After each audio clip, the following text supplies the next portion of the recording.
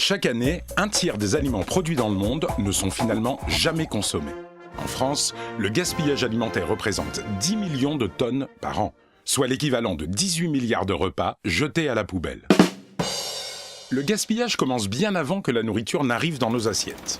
Lors de la phase de production et de transformation des aliments, pendant leur transport, leur distribution en magasin, et enfin, lorsque nous les consommons. Mais je laisse Agathe, la patate, vous raconter son histoire. Bonjour. Dans ma famille, on est destiné à devenir des frites surgelées depuis des générations. Et mon histoire a bien sûr commencé dans un champ. Moi, j'ai eu de la chance, mais certaines de mes cousines n'ont pas été ramassées et sont restées dans la terre. Ensuite, on nous a triés. Moi, on m'a gardée à cause de mes jolies formes. Mais l'une de mes 3 sœurs a été éliminée. Pas assez ronde, qu'il disait.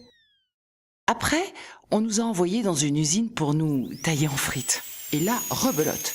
Pour avoir des frites de la même taille, on s'est débarrassé de 10% de notre corps. Oui, poubelle. Et les patates qui s'étaient abîmées ou qui ont été mal découpées ont suivi le même chemin. Une fois surgelées, on nous a envoyés dans des magasins. Là encore, j'ai eu de la chance.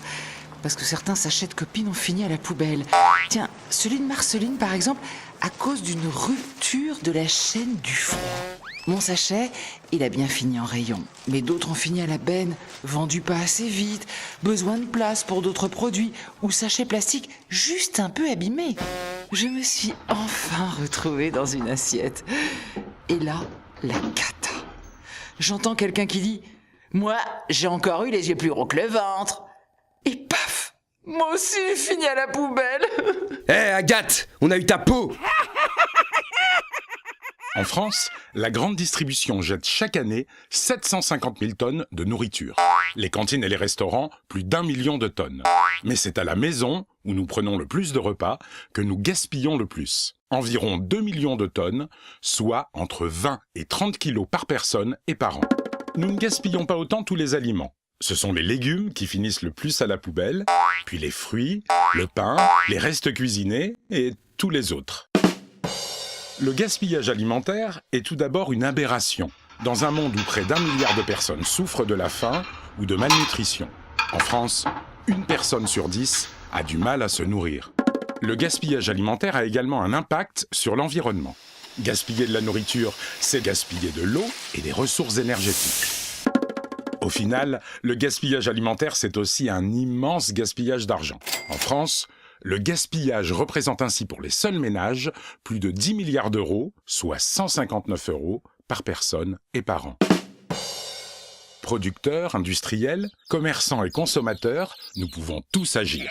Les producteurs peuvent par exemple favoriser la pratique du glanage et du don pour les fruits et les légumes oubliés dans les champs ou qui ne sont pas commercialisés, souvent à cause de leur forme.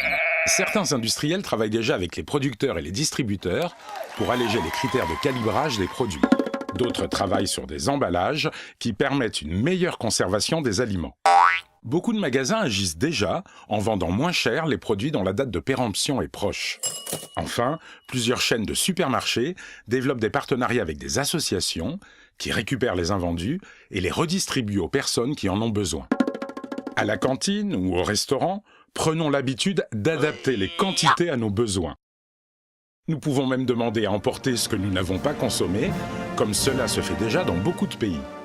Enfin, nous pouvons tous lutter contre le gaspillage alimentaire à la maison. D'abord, en achetant uniquement les quantités dont nous avons réellement besoin, même si la publicité, les offres commerciales du moment ou notre peur de manquer nous incitent à acheter plus. Apprenons aussi à bien ranger les aliments au réfrigérateur et à surveiller les dates limites de consommation. Enfin, préparons les justes quantités et transformons nos restes pour en faire de nouveaux plats. Acheter malin, bien conserver les aliments et cuisiner astucieusement, c'est donc éviter le gaspillage alimentaire, économiser de l'argent et c'est bon pour l'environnement. Et bien sûr, ce n'est pas Agathe qui dira le contraire. Retrouvez plus d'informations et de conseils pratiques sur le site de l'ADEME.